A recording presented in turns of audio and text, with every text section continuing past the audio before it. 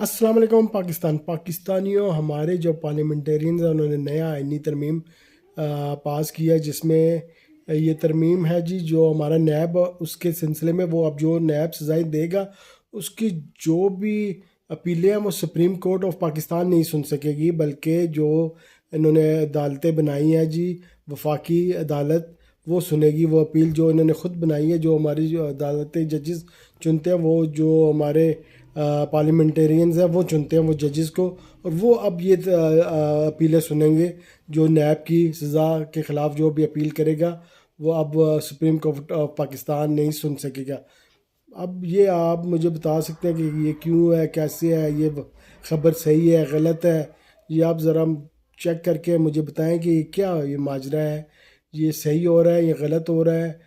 مجھے تو سمجھ نہیں آ رہی کیا معاملات ہیں، کس طرح چل رہے ہیں، کس طرح آگے ترمیم پہ ترمیم آ رہی ہے۔